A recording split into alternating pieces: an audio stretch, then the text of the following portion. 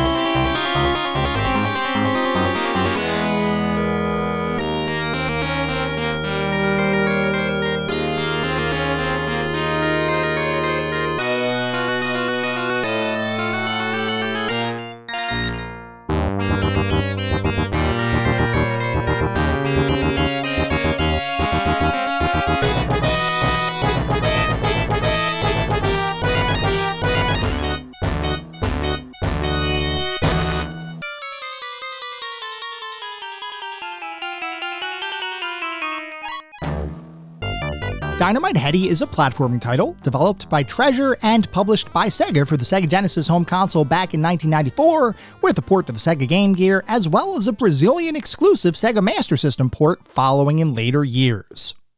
Before we can talk about Dynamite Headdy, we need to talk about the game's creator, the development company Treasure, an ultra-talented team of individuals who would make a name for themselves in the 90s by being one of the premier independent development studios working on the Sega Genesis, with several games released for that console being considered highly inventive and unique all-time classics. It's not hyperbole to suggest that if you were to ask a Sega fan to name some of the top developers for the 16-bit Genesis console, Treasure would undoubtedly be on the list. And as someone who wasn't really a Sega fan until years later, I will admit that Treasure's work passed me by back when I was younger. Luckily, I will be able to rectify that gap in my own personal gaming history today. So, let's start talking about Treasure. Treasure was founded in 1992 by a man named Masato Maegawa, a talented software developer who from a very young age had always imagined a future in the video game industry. Maegawa recognized that in order to actually break into the industry, he'd have to develop the skills needed to be successful, namely software and computer programming, which is why he began learning how to code his own software as a junior high school student, before eventually going to college to focus on, once again, learning how to create his own software. While his efforts during this period of his life were spent learning the ins and outs of computer programming without respect to how that programming might apply to a video game, Maegawa never took his eyes off the proverbial prize. Everything he was learning and doing was in support of eventually getting a job in the video game industry, and it turns out that effort would definitely pay off, as shortly after graduating, Maegawa would receive a job offer to work with the incredibly well-known and respected game developer and publisher, Konami. As you might expect, Maegawa was elated at the opportunity, and he accepted the job offer pretty much immediately. As Maegawa began his career at Konami, he would have the opportunity to work on a variety of video game releases, including Castlevania The Adventure for the Nintendo Game Boy and Bucky O'Hare for the NES, while he would become friends with individuals working on other projects within Konami that were perhaps a bit higher profile, like the Super NES titles Contra 3 The Alien Wars and Super Castlevania 4, and the arcade classic 4-player beat-em-up The Simpsons. As Maegawa continued to work with Konami and make acquaintances across the Konami team, a small group of individuals led by Maegawa began to talk about how they could potentially begin making their own games, as opposed to being given assignments from Konami leadership that they simply had to complete. Maegawa in particular was becoming a bit disenfranchised with his place in Konami, as while he always wanted a job in the video game industry, his true dream was to be able to create the games he wanted to make, not be told, this is the game you will make. Still, Maegawa appreciated working at Konami, and despite his and his friends' desires to make their own games, none of them were ready to leave a stable and secure job with one of the biggest studios in the video game industry. The question was, what could they possibly do to change their own fates while still working at Konami? Well, in 1991, Maegawa and several other Konami teammates would be struck with inspiration. What if they could come up with the concept for their own game, and get Konami to agree to let them to create the game as a future Konami title? Maybe they could contribute to Konami's legacy of amazing games themselves, forge their own destiny, and still remain employed by the company. If Maegawa and the team could figure out how to do that, then it's almost certain that success would follow. So, Maegawa and his pseudo team began planning a brand new game, one that would be designed to be an innovative, over-the-top action experience, similar in some respects to Contra, but with a level of polish, detail, and care that Maegawa believed would set it apart, even when compared to Konami's greatest efforts. While the team didn't necessarily have a fully fleshed out game design at this point in our story, they did have some solid ideas and legitimate back-of-the-napkin sketches, as most of this early planning actually took place in coffee shops around the Konami offices where the team was working, as opposed to being an approved project driven by Konami leadership. Eventually, after continuing to collaborate and pull together ideas from the team, Maegawa went to Konami's decision-makers with the concept for the game that would eventually become Gunstar Heroes, a run-and-gun side-scroller that the team believed would be a perfect fit for the company, especially considering its own legacy with the beloved Contra franchise. A meeting was held where Maegawa and his associates could pitch the idea for the game. Konami leadership listened intently, deliberated briefly, and then rejected the idea as something that leadership believed just wouldn't sell. Maegawa and the other individuals who worked on the concept behind Gunstar Heroes were understandably disappointed for several different reasons. For one, they really thought they had come up with a good idea for a game, and one that didn't deviate at all from Konami's own heritage, other than being a new take on the run-and-gun formula that Contra and its ilk had nearly perfected. Another cause for disappointment was that after Konami leadership rejected the team's proposal, they assigned a number of those same individuals to work on a series of sequels for already established game franchises. A proverbial slap in the face that basically said, we're going to stick with the same franchises that we've had success with, and we're not interested in new ideas. For a group of people that really wanted to begin creating their own games, this was effectively the straw that broke the camel's back, and shortly after their idea was rejected by Konami, Maegawa and around 10 other Konami game developers and designers decided to split from the company to form their own game development studio, which is what would result in the creation of the company Treasure in 1992. Treasure was founded specifically to explore new gaming ideas, the thought being that consumers were growing tired of the same old games year in and year out, an issue that Treasure founders believed Konami had been perpetuating by their continued reliance on tried-and-true gaming franchises and sequels. Treasure decided to avoid the same kind of issue by focusing only on high-quality, original, and innovative gaming experiences. And luckily for them, they already had a game concept that they thought fit that description perfectly, that being Gunstar Heroes. With the company's first game effectively decided on, the only question was, what console would Gunstar Heroes eventually be designed for? The easy answer to that question would have been the Super Nintendo Entertainment System, Nintendo's 16-bit console that the majority of the Treasure development team already had a fair amount of experience working on, as reflected by the fact that most of the titles Konami had assigned them to work on were, in fact, Super NES games. So you might assume that Treasure would simply utilize that expertise and call it a day. Only here, you would actually be wrong, as Maegawa had been interested in exploring the Sega Genesis, Sega's 16-bit answer to the Super NES, and a console that, at least on paper, appeared to have some capabilities that would make it more powerful and easier to program for than the Super NES. Despite the fact that Maegawa was the company's president and could probably have unilaterally made the decision to focus on Sega's Genesis console, he did in fact bring that idea to the broader team, and given Maegawa's persuasive argument, not to mention the fact that he was the president of the company, everyone agreed to turn their attention away from the Super NES to instead focus on the Sega Genesis as the home of their very first game. So, Treasure knew what their first game was going to be, and they knew what console it was going to be designed for. There was just one final piece of the puzzle needed before they could truly make Gunstar Heroes a reality. They needed a publisher for the title.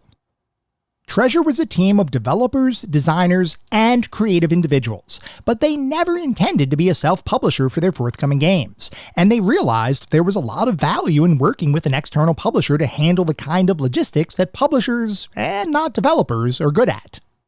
And considering the team wanted to make Gunstar Heroes for the Sega Genesis, it stands to reason that if they could get Sega themselves to publish the game, then Treasure would likely have the kind of support it would need to make Gunstar Heroes a hit.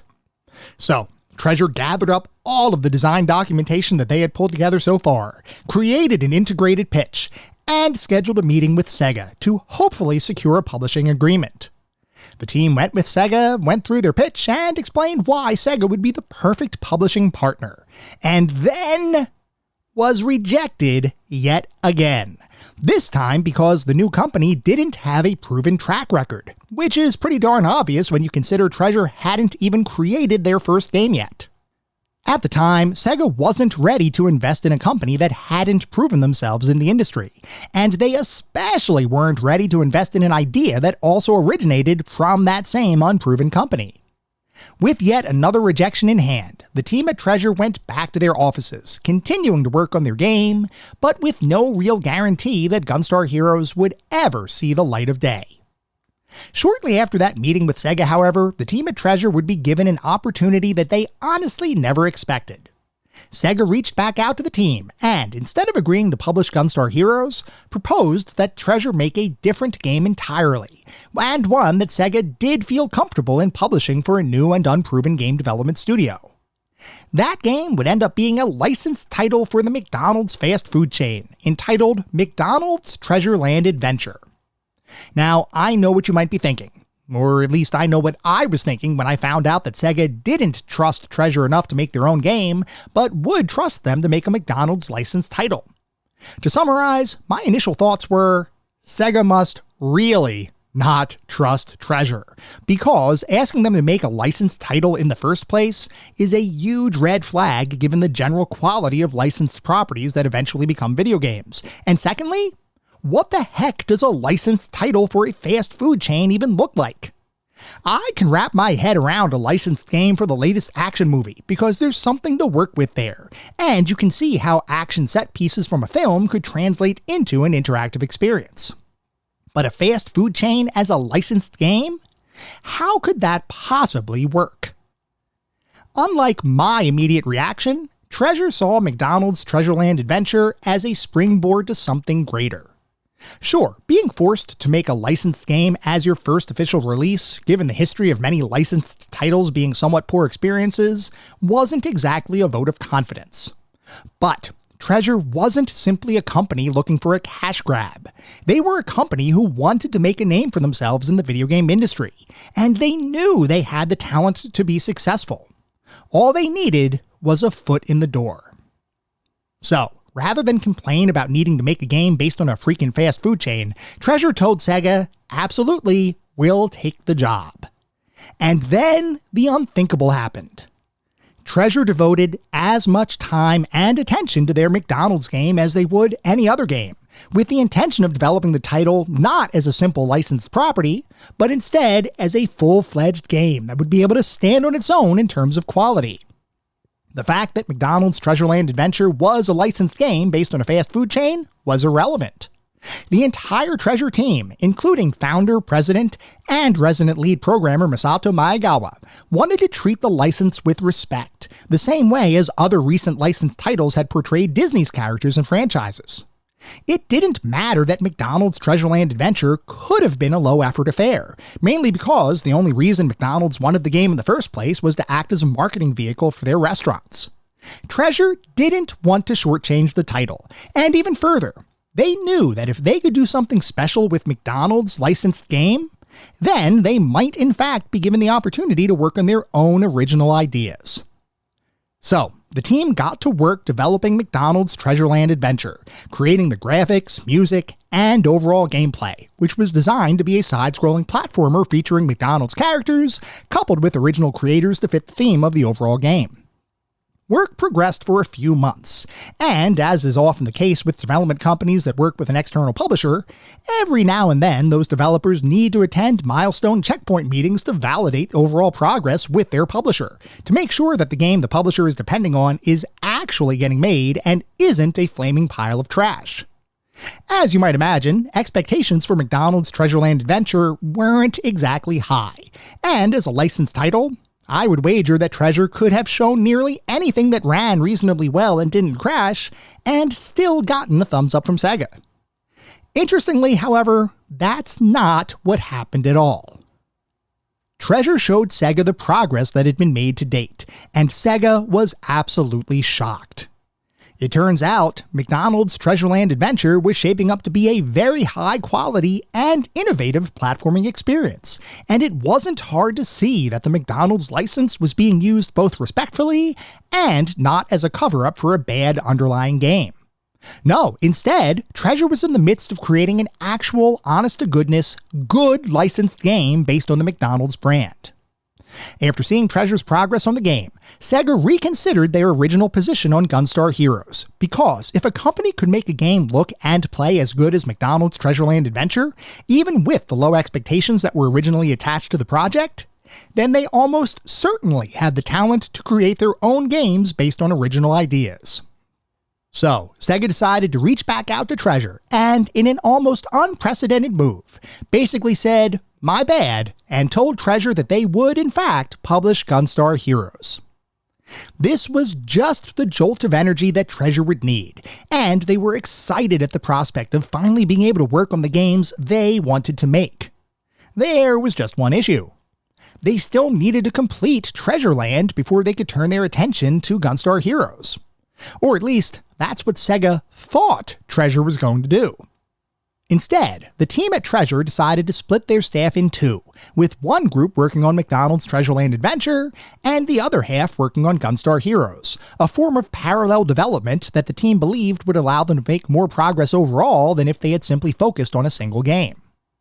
There was another reason why splitting the team in this way was seen as a good idea, which was the fact that Treasure, despite showing respect towards the McDonald's license for their forthcoming game, really didn't want their first independently developed game to be a licensed property. No, Treasure wanted their first game to truly be their own original creation, and the only way to make that happen would be to work on Gunstar Heroes as work on their McDonald's title was progressing. This created a bit of a quandary for the team at the company, because they had already shown that progress was made on Treasureland, and it was very possible that Sega could have required Treasure to focus solely on that game before turning their attention to Gunstar Heroes. Luckily for Treasure, though, Sega didn't really have any issue with working on the two games in parallel, because at the end of the day, as long as Treasureland Adventure made it to market on time and on budget, the staff at Treasure was free to allocate resources however they saw fit. So, Treasure worked on both Gunstar Heroes and McDonald's Treasureland Adventure at the same time, though as you might expect given the initial work done on the game, Treasure ended up completing Treasureland before Gunstar Heroes had finished being developed. Despite McDonald's Treasureland Adventures being ready to ship though, Treasure decided to effectively sit on the title and redouble their efforts on Gunstar Heroes, with the hopes that they could complete that title in short order and release it as their first game. This, it turns out, is exactly what would happen, as Treasure would complete work on Gunstar Heroes and release it on the Sega Genesis in September of 1993, with the hopes that this freshman effort would be enough for the company to make a name for itself before it released their McDonald's licensed title. Sega, however, wasn't entirely convinced that would happen, so they placed an initial production run order of only 10,000 copies, a relatively small number for a brand new release, and certainly a small number for a game that Treasure hoped would sell really well. The only question was, would Sega be right in their sales estimates, or would Treasure prove them wrong, and against the odds, exceed expectations and prove themselves as a talented, independent game development studio? Well, the answer to that question would be answered shortly after the game's release, as despite not receiving any real marketing or promotional push, Gunstar Heroes would begin selling, and selling, and selling, almost entirely based off of magazine reviews and word of mouth from happy players. What started as a small production run of 10,000 units would have to be augmented by almost 300,000 additional copies, as gamers and critics around the world recognized that Gunstar Heroes was something truly special. In fact, Gunstar Heroes would be named by several publications as the best game of the month, the overall best game of the year, one of the best games created for the Sega Genesis, and, even more broadly, a new standard for action titles across the industry. Gunstar Heroes was, unmistakably, a huge success. After Gunstar Heroes released, Treasure would go back and finally release McDonald's Treasureland Adventure, and similarly, that title would receive a strong critical and commercial response, with over 500,000 copies sold, and a number of publications stating that Treasure didn't need to go as hard as they did making a licensed McDonald's game, but apparently, Treasure just didn't know how to not make a good game. Now, in all fairness, McDonald's Treasureland Adventure was not received quite as well as Gunstar Heroes, but regardless, it was very easy to see that the same talented DNA formed the foundation of both titles. Treasure, with their first two games, had done exactly what they set out to do. They had broken into the industry, and despite still being early in its existence, were widely recognized as a top-tier development studio for the Sega Genesis. After Treasure's early success, they had the bandwidth and capital to begin working on even more games, and given their now proven track record, they didn't need to beg for a publishing deal for their forthcoming titles, as Sega now wanted to work with them as they continued to develop new and exciting video game concepts. So, following the release of Gunstar Heroes and McDonald's Treasureland Adventure, Treasure split their staff up into 4 teams, each of whom would begin working on a different game. One of those titles would be another side-scrolling shooter in the same vein as Gunstar Heroes, entitled Alien Soldier. Another game would be Light Crusader, an isometric dungeon-diving action-adventure experience. The third game in Treasure's quartet of new projects would be the Japanese-exclusive fighting title Yu Yu Hakusho Makyo Toi Tosen. And finally, the fourth game Treasure would begin developing, which would end up being the very next game the company would release, was, you may have guessed, Dynamite Headdy. Dynamite Headdy was originally conceived by one of Treasure's in-house artists, Koichi Kimura, an individual who had always wanted to work on a game idea that was uniquely his own. Over the course of his relatively short 5-year career, Kimura had worked on a variety of games, both with Konami and also while at Treasure itself, where he had been a graphic designer on the McDonald's Treasureland Adventure team. Despite working on over 10 games in 5 years, some of them fairly well-known titles, Kimura had never worked on something that wasn't the result of somebody else's ideas. Sure, he was a successful artist, and it's not like he had any sort of issue with his prior work. It's just that he always wanted to create something that was based on a concept he originally imagined, not the realization of someone else's imagination. So, when the time came to begin brainstorming new ideas for Treasure to work on following the release of Gunstar Heroes and McDonald's Treasureland Adventure, Kimura viewed the opportunity as his chance to fulfill that dream. Kimura began brainstorming ideas for Treasure's forthcoming game, and along the way arrived at several design decisions that would eventually make their way into Dynamite Headdy. For one, since this was a Treasure title, it was a foregone conclusion that the game was going to feature high-quality graphics that pushed the Sega Genesis to its limits, alongside a level of gameplay variety that you don't typically see embedded in a single 16-bit action platforming title from the earlier 90s. Secondly, Kimura was resolved to make Dynamite Headdy a character that would resonate with players around the world, and one that would, hopefully, help sell a lot of copies of the game. Rather than create a stereotypical platforming action hero, though, someone who would wade into battle or leap through a kingdom as a lone warrior or solo plumber, Kimura wanted Dynamite Headdy to feature a cast of sidekick characters that would occasionally help the game's protagonist in various ways, such as Headcase, who would provide Headdy with any number of special heads that might act as a power-up for getting through some of the game's more difficult sections, or Hangman, who would show up in certain levels and act as a sort of grappling anchor to help Headdy traverse a variety of platforming challenges, or even Bo, who shows up in nearly every boss fight to very helpfully show Headdy what the boss's weak point is, giving players the knowledge needed to tackle and defeat even the most challenging foes in the game. These three sidekicks would accompany game protagonist Headdy through his adventure, who was himself a puppet-like character who used his head, literally, to solve any problems he might encounter. Treasure believed they were on the verge of another hit platforming release, and even beyond the in-game action, graphics, and gameplay, the team decided to add a simple but effective story to the game, where at certain points throughout your adventure, you'd experience dialogue with any number of characters and enemies you might encounter, a feature that was not prevalent in side-scrolling platforming experiences of the time. The thought amongst the team was, the company had already proven themselves capable of delivering high-quality releases that gamers and critics enjoyed. With Dynamite Headdy, the goal was to one-up their prior efforts, to hopefully deliver a game that would truly make Treasure a household name amongst Sega Genesis fans around the world. As work began to wrap up on Dynamite Headdy, the team began thinking about how to distribute their forthcoming title, and given the high quality of the overall experience, Sega decided that Dynamite Headdy should be released both in Japan, as well as localized for an international release.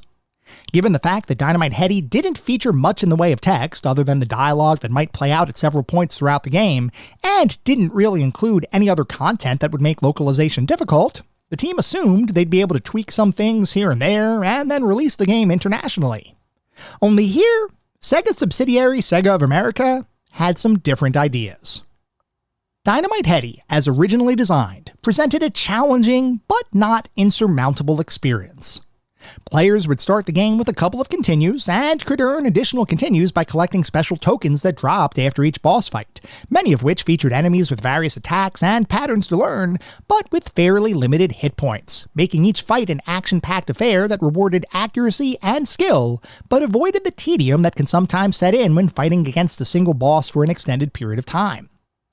Well, when Sega of America playtested the game prior to releasing the title in North America, they came to the conclusion that Dynamite Headdy was simply too easy.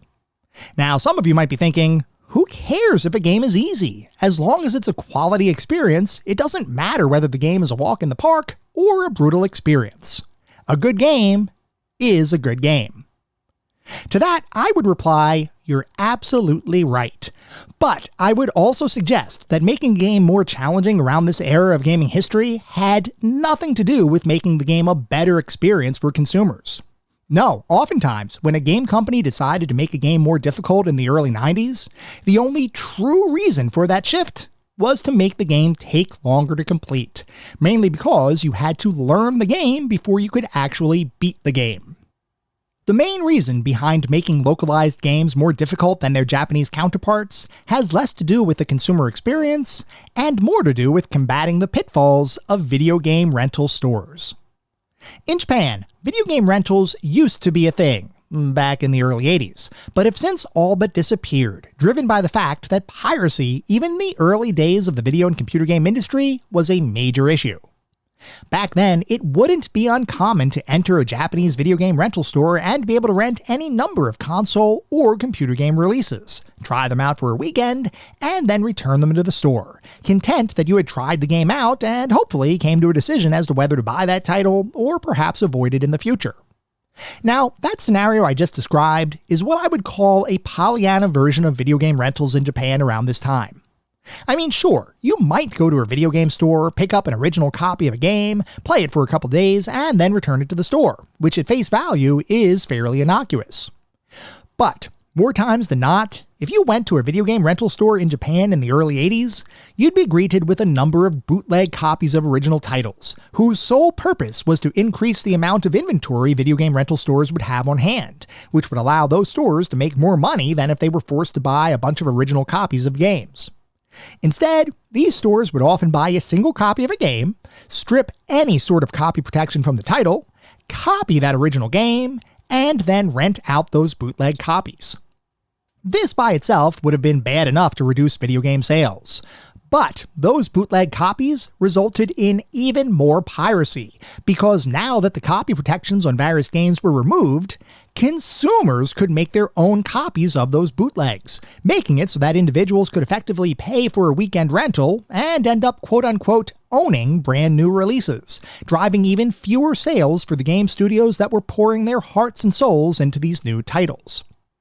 Well, it didn't take long for video game companies to take notice, and they lobbied extensively for a way to protect their creations, which is what led to a modification to the Japanese Copyright Act in 1984, which effectively bans the rental of video and computer games across the country, unless a game studio were to provide its explicit permission for one of their games to be rented.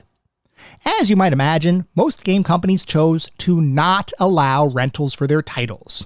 So, while video game rentals in Japan weren't truly forbidden, they did, for all intents and purposes, disappear from the marketplace. What this meant is that for Japanese gamers to play a game they wanted to play, they were going to have to purchase the game, which meant that game development studios could make the game as easy or hard as they wanted, and the end result wouldn't dramatically impact sales.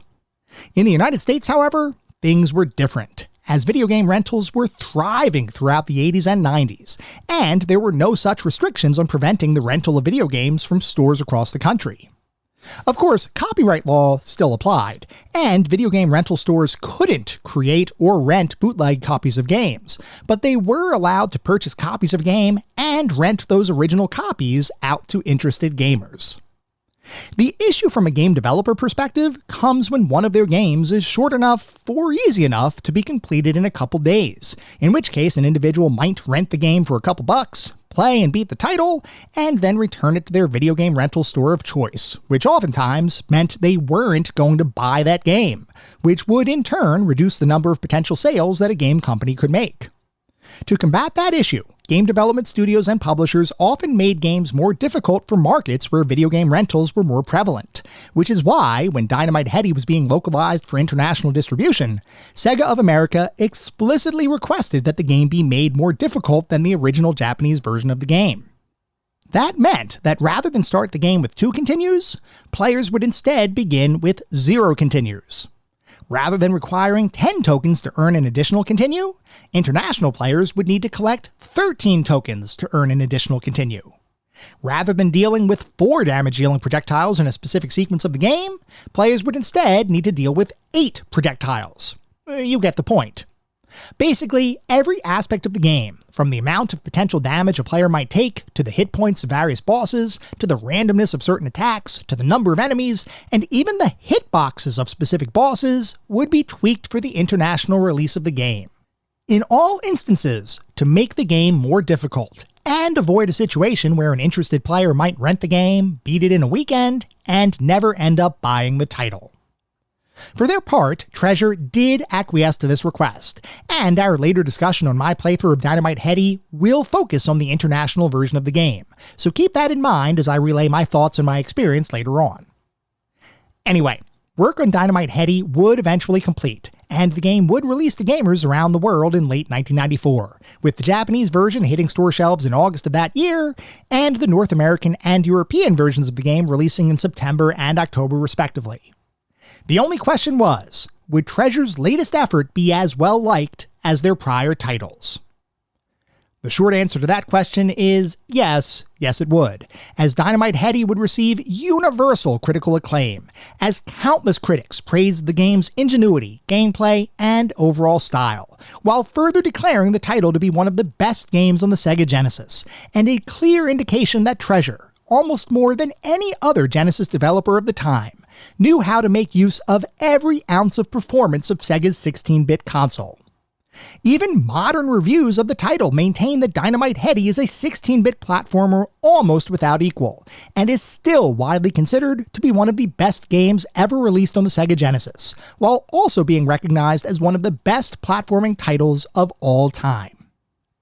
Dynamite Headdy would prove to be another hit for Treasure, who would go on to continue making innovative games for the Sega Genesis for a couple of years following Dynamite Headdy's release, before eventually expanding their focus to include almost every console platform in existence throughout the later 90s and 2000s, including the Sega Saturn, Nintendo 64, Sony PlayStation, Sega Dreamcast, PS2, Game Boy Advance, GameCube, Nintendo DS, Wii, and Xbox 360, just to name a subset of the consoles the company would work on.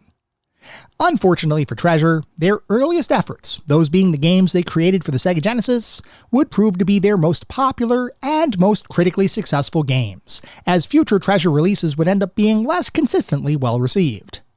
It's not that Treasure stopped making good games, it's just that their continued expansion made the potential of making a less than stellar experience that much more possible. And unfortunately for fans of the company, Treasure has not released any new titles in over 10 years. For a company that was once considered to be a premier development studio, the fact that they have all but stopped making games is certainly an unfortunate outcome. Interestingly though, the story doesn't quite end there, as in 2022, which marked the 30th anniversary of the company, Treasure announced that it had begun working on a brand new game, and one that has been highly requested by fans. For individuals who grew up playing Treasure's classic 16-bit titles, this announcement was certainly cause for celebration.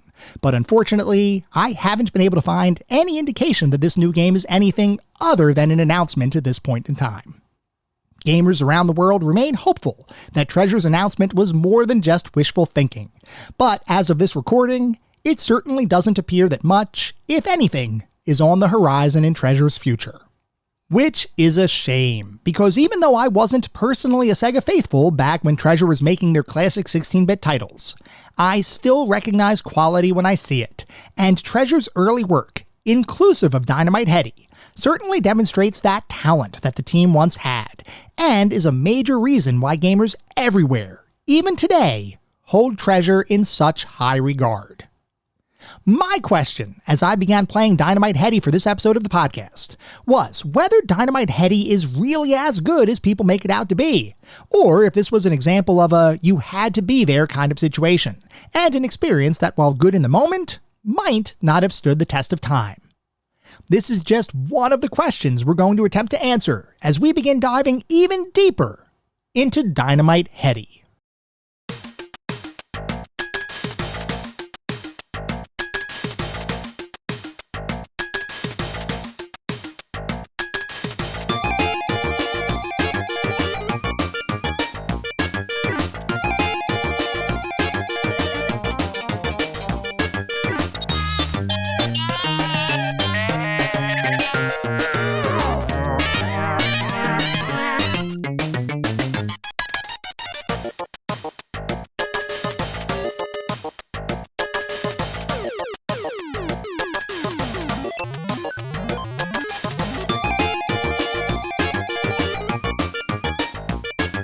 We are now going to shift to start talking about what it feels like to play Dynamite Headdy today versus when it was released over 30 years ago.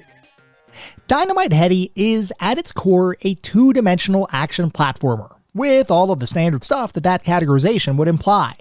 You will go through a bunch of different levels, defeating enemies along the way. And in Dynamite Headdy, each stage is known as a scene, with collections of scenes organized as acts, owing to the fact that the general setting for the game is effectively a puppet stage play. There are 9 acts in the game, or 10 if you include the secret bonus act, which we'll talk about later on, and each act might have between 1 to 5 scenes, for a grand total of 29 scenes overall throughout the entire game, or 30 if you count the secret act. Some individual scenes in these levels may have branching paths, driven largely by which power-up you may prefer, and we're going to talk about power-ups more in a little bit. And then certain scenes might have mini-bosses, while the culmination of a series of connected stages, in Dynamite Headdy, which is the end of an act, will result in a full-on boss fight. Generally speaking, you need to make your way from the left side of the screen to the right side of the screen, preferably without dying, which sounds like any number of action platforming experiences. But Dynamite Headdy is actually a fair bit different than most platforming titles, and as we start looking at the ways Dynamite Headdy distinguishes itself, it will hopefully become clearer why Dynamite Headdy has been so well regarded by a large portion of the gaming population. To start, almost every single act, and scene by extension, is unique and varied, complete with a number of different mechanics that end up being used in a variety of ways, which makes gameplay remain fresh throughout the entire experience. You can think of this similarly to Donkey Kong Country, in that mechanics you might have known about early in the game are revisited later in the game, albeit with a twist that makes the mechanic feel exciting again. Dynamite Headdy goes one step further though, introducing entirely new mechanics at different points in your adventure, while even at one point, changing the genre of the entire game for a short period of time. That might sound strange, so it probably makes sense to talk through each of the game's major acts, and in the process, we'll be able to talk more clearly about the innovation that the game demonstrates, nearly every step of the way. Act 1, which is the start of the game, is basically a tutorial stage, and only requires you to run to the right and avoid damage from several orbs that will eventually be dropped by an airplane flying by. The first part of Act 1 is about as simple as it gets, though it does introduce you to a couple of game mechanics that will be with you throughout Headdy's adventure. For one, you'll notice that the way you attack in Dynamite Headdy is not by jumping on enemies or by firing a gun at foes. No, in Dynamite Headdy, you attack your enemies with your head, which can be fired in 8 different directions depending on what directions you're pressing on your D-pad, and acts as a sort of boomerang attack, because you end up flinging your head in a direction, it travels a short distance, and then it flies back to your body and resumes its normal position. I will admit, aiming Headdy's head did take some getting used to, especially early on in the game, but once I wrapped my own head around the distance needed to attack enemies without opening myself up to unnecessary damage, things did get smoother. And speaking of damage, unlike many action platforming experiences, your life bar, which is represented in-game by a sort of spotlight that changes color from green to yellow to red, depending on how much damage you've taken, allows Headdy to take way more hits than you might otherwise assume a platforming title would allow, which is a nice touch. It's not entirely clear to me exactly how much damage each enemy or environmental feature does to your character, but take my word for it. You can take a pretty big chunk of damage without losing a life, especially considering some of the ways you can recover hit points in the game, which we're going to talk about in a little bit. Getting back to our discussion of the game's levels, the first stage of Act 1 will introduce you to simply moving around the world, and if you feel so inclined, attacking with your head, as the giant mech that's chasing you through this level can be defeated once you become proficient enough at running and aiming your head at the same time. Beating this robotic menace will award you with secret points, which from what I can tell serve no real purpose other than to increase your overall score for a given level. This ultimately becomes a bragging rights kind of thing, because a high score doesn't let you get extra lives or reward you with some gameplay enhancing perk, it's simply there as a numerical value of how well you played a given stage. Interestingly, there are a bunch of different secret point scenarios hidden throughout Dynamite Headdy, though because they don't really do anything other than pad your score, I would recommend you don't go out of your way to attempt to complete those secret objectives, as oftentimes you'll open yourself up to potentially dangerous situations unnecessarily, and in Dynamite Headdy, you're going to want to conserve your lives as much as possible. So my personal recommendation is, if you find a secret point objective by accident, cool. But I wouldn't personally seek them out. Anyway, the end of Act 1 is punctuated by a very simple boss fight against one of the main antagonists of the game, your arch-nemesis, Trouble Bruin, who according to the Dynamite Headdy wiki is a cat bear. Now listen, I don't know what the heck a cat bear is, and from my perspective, Trouble Bruin is, for all intents and purposes, a feline. But regardless, the Trouble Bruin fight is very simple, and is designed to get you used to the general setup for boss fights in the game, which often involves you firing your head at very specific portions of the boss's body, which in the case of Trouble Bruin is his head. Overall, Act 1 is a truly tutorial-based level, and the Trouble Bruin fight isn't really anything to write home about, though I do need to call attention to the way the Trouble Bruin fight starts out, which shows the background of the scene being shifted by a number of stagehands pulling a different backdrop into place, making it very clear that you're basically battling on a stage as you and Trouble Bruin, two puppets, fight each other. This effect is done incredibly well, and there are numerous times throughout the game where this stage play setting will be demonstrated to you, and pretty much every time that happens, the effect is amazing. It's nothing that changes your actual gameplay, and at the end of the day, it's simply a part of the game's visual environment, but I can't stress enough how good those effects look, whether focused simply on things happening in the background, or more dramatic effects, like when the backdrop behind you literally crashes down around you. Those effects never get old. Moving on to Act 2, the first scene is actually another tutorial level of sorts, this one focused on introducing you to your three sidekicks who you'll come across throughout the rest of your playthrough. There's Hangman, who can hang from platforms and provide a grapple point for you to attach to and fling yourself around. There's Bo, who will point to enemy weaknesses, particularly during boss fights. And there's Headcase, perhaps the most impactful sidekick in the game, as he provides access to the various power-ups you'll use to battle your way through the game. Power-ups in this context means getting to use different heads for a short period of time, and those heads can vary dramatically in terms of overall usefulness, as well as the gameplay mechanics that they allow you to experience. There are a huge variety of heads available, and at any point in time when you find Headcase, you may be able to choose between 3 or so different options, with the power-ups tailored to the individual section of stage you might be playing through. As an example, you might find the Spike Head, which will allow you to climb walls, a head that's useless in most situations, unless you see a long vertical shaft that might need to be climbed up and no apparent way to actually climb it. Or you might find the Pinhead, which shrinks you down to a miniature version of yourself, a move that most of the time might not be all that great, but is really useful if you want to make your way through a nearby mouse-sized hole in the wall. Overall, there are almost 20 different heads available to you, though there are a few whose usefulness bears special mention. The Slammer Head, as an example, is insanely useful, as it turns your head into a hammer and increases the damage of your attacks, which can really make short work of many bosses. The Warhead will shoot fire out in all directions around you, acting as a sort of damaging shield that will oftentimes kill enemies before they even have a chance to reach you, and is similarly useful during boss fights as a form of passive damage, since that fire spray is independent of any head attacks you might be firing. And finally, the Ticker Head will make all of the action around you stop, while Headdy can continue exploring the environment and attacking enemies. This becomes very useful in a couple of stages with tricky enemies and even trickier hitboxes, though otherwise, this isn't something I personally gravitated towards. Still, when you see it offered, you can almost guarantee it's going to have a use. Outside of the more useful heads, there are a couple of other power-ups that we should also talk about. One, which actually isn't a power-up at all, is the head known as Head Trip, which is effectively a troll head that will make you unable to attack or move and basically just open yourself up to damage. You should avoid that one at all costs. Another interesting head is the Sleepy Head, which allows you to go to sleep and restore all of your hit points, assuming you let yourself sleep for the duration of the power-up. The main side effect of this one is that if you're asleep, you can't respond to enemy attacks, so you may open yourself up to some damage if you don't use this one carefully. And finally, there's the Liberty Head, which will warp you to a basketball minigame where you need to bounce a bunch of basketballs into a series of moving baskets, with each trip to that minigame requiring higher score counts to continue winning the minigame. The basketball minigame is an interesting inclusion, but ultimately one I kinda disliked.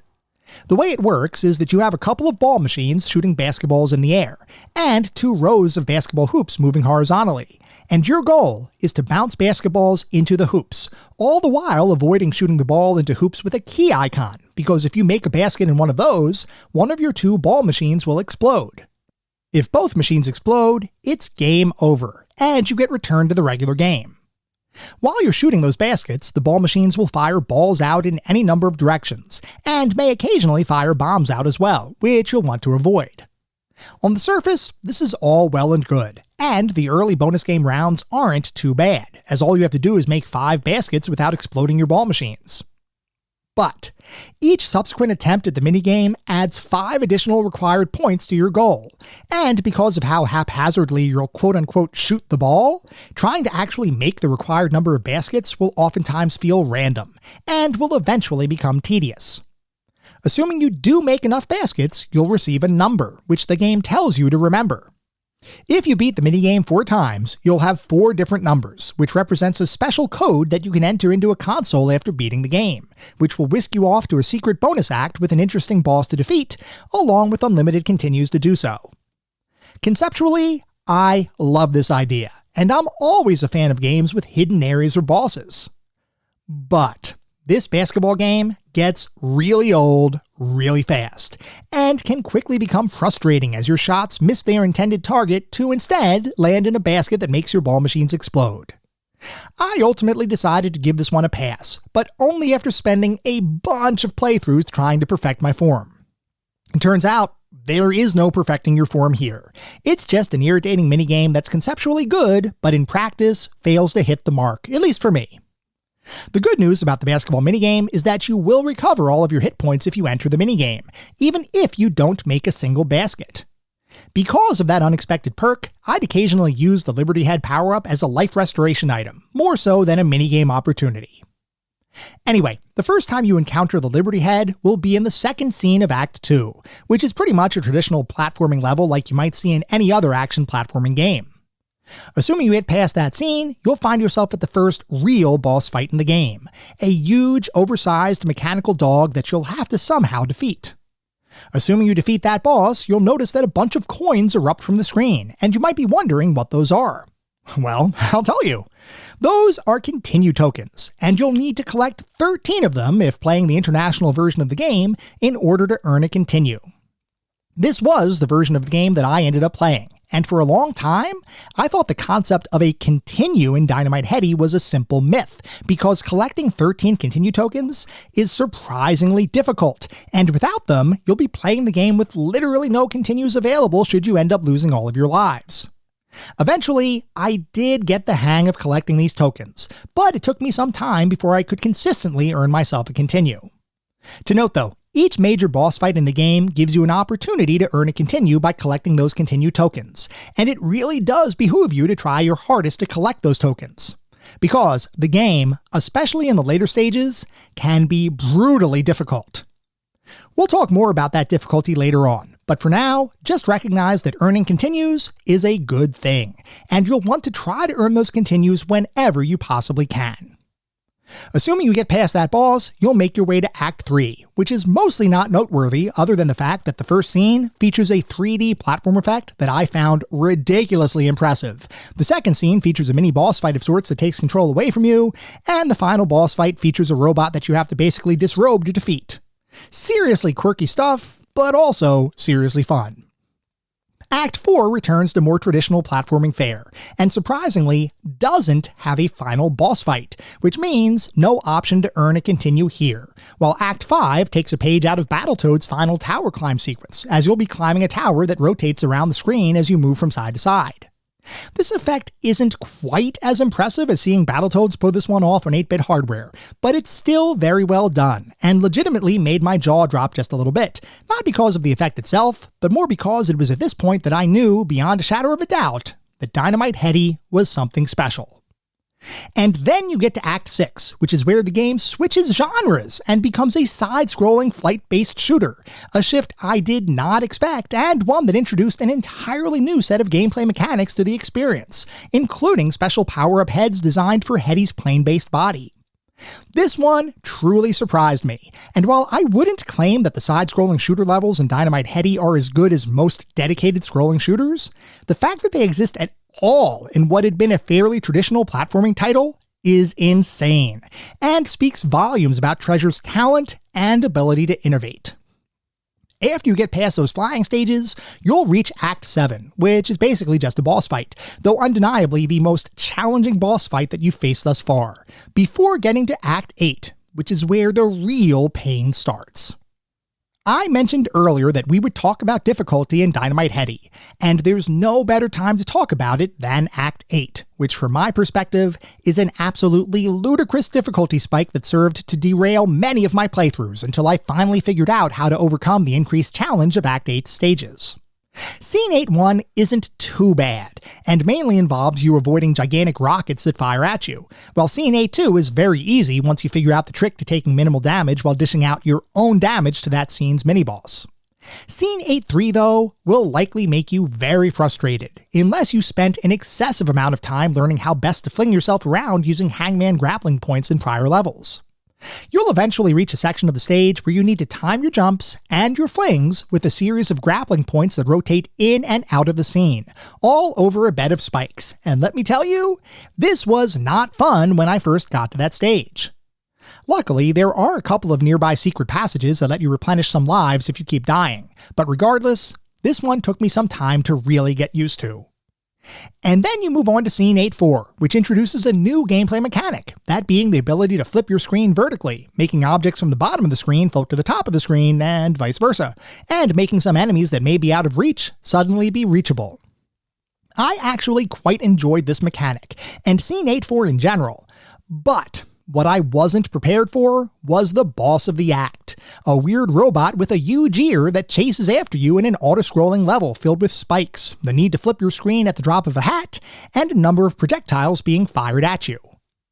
This is the most extreme difficulty spike in the entire game, and I am not exaggerating when I say I lost all of my lives and all of my banked continues the first time I encountered this monster of a level. The level of precision needed, coupled with needing to flip the level frequently while avoiding being crushed by the constantly auto-scrolling monster, was very challenging to deal with, and took me repeated attempts before I could finally, fairly consistently, get past this one. The good news is that after Act 8, you will reach the final act, which has its own challenges, but is ultimately nicely balanced. If you can get to Act 9 reliably, you can eventually beat the game, though I would be lying if I said it didn't hurt a bit getting to the very final boss of the game, dying, and then having to start all the way over from the beginning of the game. I know that this wasn't an uncommon game design practice from back in the 90s, but it still stings anytime I play a game that features limited continue opportunities. Anyway, that's pretty much the game, assuming you didn't collect the 4 numbers needed to unlock the secret final act, which features a single boss fight that, from my perspective, doesn't really add or detract from the game in any way. It's there, it's cool it exists, but the way you need to unlock that secret stage, that being the basketball minigame, kinda sucks. As I reflect on my playthrough though, it strikes me just how much of Dynamite Headdy affirmatively didn't suck, and in fact, I would argue that Dynamite Headdy is in many ways a peak action platforming title that I feel sorry that I missed back when I was younger. The majority of the game is so good, and so innovative, and so well designed, that I can forgive a kinda crappy minigame and a kinda crazy difficulty spike late in the game. Because, quite frankly, Dynamite Headdy is awesome. We're going to talk more about how awesome Dynamite Headdy is in just a couple minutes.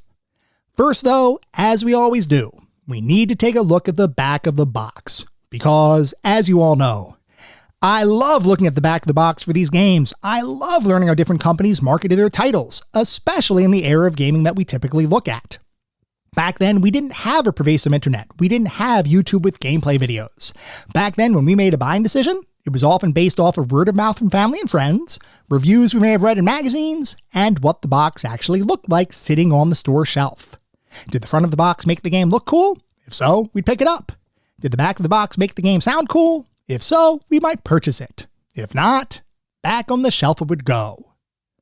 So, for Dynamite Headdy for the Sega Genesis, the back of the box says, "Heads up, Dynamite Headdy." Hot-headed Headdy gets into some real headbanging to thwart the Dark Demon's devious deeds. This wacky head case is up to his neck in surprises. Switch heads to match the job. Over 15 heads to choose from. Bash heavy objects with Slammer Head. Suck up foes with Vacuum Head. Stick it to your enemies with Spike Head.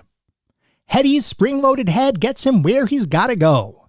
Use it to swing over ledges, grab onto objects, and shoot hoops in the basketball bonus round. Use your head to whiz through a radical variety of play. Action, shooting, and strategy speed you on to a surprise ending. And then there are some screenshots on the back of the box, and I've got to say, if I was more interested in Sega back when I was younger, this box definitely would have sold me if I saw it on the store shelf. I never did see Dynamite Headdy on a store shelf back then because, like I said, I wasn't really a Sega person back when I was younger. But I will say that the box today, yeah, it sells me on the game. The graphics in particular look really impressive for a Sega Genesis title. The text on the box is fine. It just feels like the normal kind of marketing speak that you would have for any number of platforming titles. There are some specifics in there about using your head and all that kind of stuff, but it doesn't really impress me all that much. But the graphics definitely would have made me turn my own head and take a look at this one a little bit more closely. So this box does sell me on the game. It would have sold me on the game back when I was younger if I were interested in the Sega Genesis. It's just a good box, but really it's the graphics. I'm going to be just completely upfront. The graphics and the screenshots on the back of the box look really good. That is the piece that really sells me on this game if I'm just taking a look at the box itself. Anyway, we're going to move past the box to start talking about the more specific aspects of the game, and we're going to start by talking about the graphics, which are absolutely freaking amazing. There are huge sprites. Every level is ridiculously colorful. There's awesome and smooth animation throughout every single stage. Every character is inventive. Everything visual about this game is incredible. And the whole stage play motif is also played to great effect, whether in the background or something that you're actually experiencing in the game. I loved the way this game looked. I cannot believe this game looked as good as it did. I am seriously impressed by the game's visual environment. Moving on to the sound and music, the music in Dynamite Headdy is similarly great, and really gets you into the action while meshing well with every single scene and encounter that you'll experience as you play the game. I don't know that I would call any of the music in the game iconic or instantly memorable, but I still really enjoyed it, and thought it was a great accompaniment to the overall experience. Sound effects, meanwhile, enhance your experience and fit perfectly with the action playing out on the screen. I legitimately have no complaints about the audio in the game. The auditory environment is simply top-notch. Moving on to the story, in Dynamite Headdy, you play as Headdy, a puppet who tries to solve all of his problems using his head. Literally. And your goal is to defeat King Dark Demon, an evil puppet who is hell-bent on transforming the creatures in Headdy's puppet-based world into mindless zombies who will follow his every command. It's up to Headdy to traverse multiple stages, defeat the bosses that stand in his way, and hopefully defeat King Dark Demon and save the day. Can Headdy become a hero? That's up to you to decide. The story here, while very bare in the international release, works just fine for a 16-bit action platforming title, and I'll reaffirm my often repeated belief that you don't need a deep story in a platforming game, but it does often help to increase my enjoyment of the game. Dynamite Headdy's story definitely hits the mark for me. It's super lightweight and just enough to give some purpose to your playthrough. No complaints from my perspective, though I will admit, I am a bit curious as to the cut dialogue that originally appeared in the Japanese version, and if that would have improved my playthrough even more. I'll have to go and play the Japanese version at some point soon, because I am curious, but for now, I'll just say that the barely there story in the international version of the game works just fine for Dynamite Headdy. Moving on to the gameplay and controls, we already talked extensively about pretty much every aspect of the game's gameplay earlier on, so we're not going to rehash all of that here. What I will say though is that Dynamite Headdy feels really good to play. At least once you get used to the best way to move around and aim your head at the same time, which honestly doesn't take too long, but it will take you a little bit of time to get acclimated. Beyond that slight learning curve though, and the irritating minigame, and the late game difficulty spike, I've got to say, Dynamite Headdy surprised me. I never expected the game to be as good as it was. I figured it would be a fun experience, but I assumed it would come with a list of caveats to really enjoy it. I don't know why that is, other than potentially personal bias against the Sega Genesis given my childhood Nintendo fanboy personality, but I can safely say, as a more enlightened adult, that Dynamite Headdy is a great action platforming experience. So, what is our verdict on Dynamite Headdy? Well, it probably won't be much of a surprise, but Dynamite Headdy is an example of an action platforming title done right, and is a game that I believe truly stands the test of time. Nearly everything about the experience, from the graphics to the music to the gameplay to the overall design prowess demonstrated by Treasure, everything is a joy to experience, and I would venture a guess that most people playing the game, even if for the first time, will likely reach the same conclusion. It's not a perfect experience, mainly because of the late game difficulty spike as well as a minigame whose inclusion did not impress me, but those are relatively minor issues in the grand scheme of things, because Dynamite Headdy simply exudes quality, and therefore is absolutely deserving of its spot in our pantheon of classic gaming. This is a game that I believe everyone should play, though I would say that if you'd prefer a slightly less challenging affair, it might be best to seek out the Japanese version of the game. Admittedly, I don't have first-hand experience to share, but I do know that the international version can sometimes become very challenging, and given the fact that the Japanese version is objectively an easier experience, it might make more sense to give that one a go, rather than bash your digital and physical head against the wall as you attempt to conquer the international version of the title. Regardless, Dynamite Headdy is awesome, and that awesomeness makes Dynamite Headdy a surefire inductee into our pantheon of classic gaming.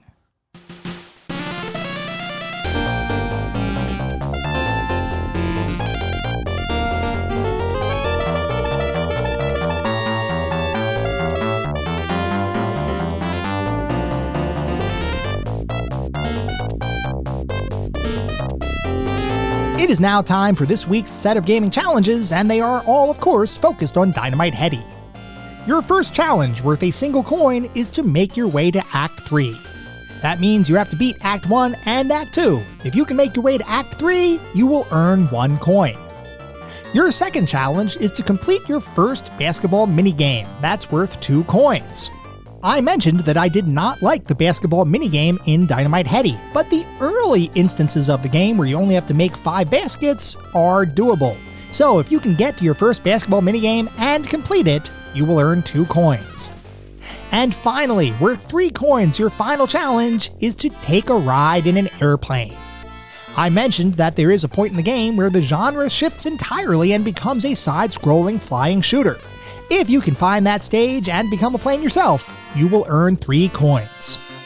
As always, post proof of your accomplishments out on the CGT Gaming Challenges channel over on Discord. Good luck! You're going to need it.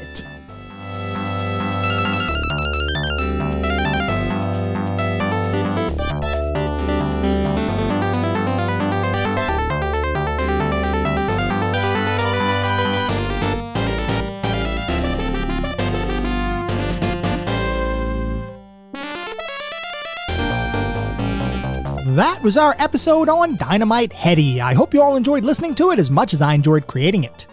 If you'd like to reach out, let me know how I'm doing, provide feedback, comments, suggestions, or just talk about classic games and technology in general, I would love to hear from you, and there are a few ways you can reach out.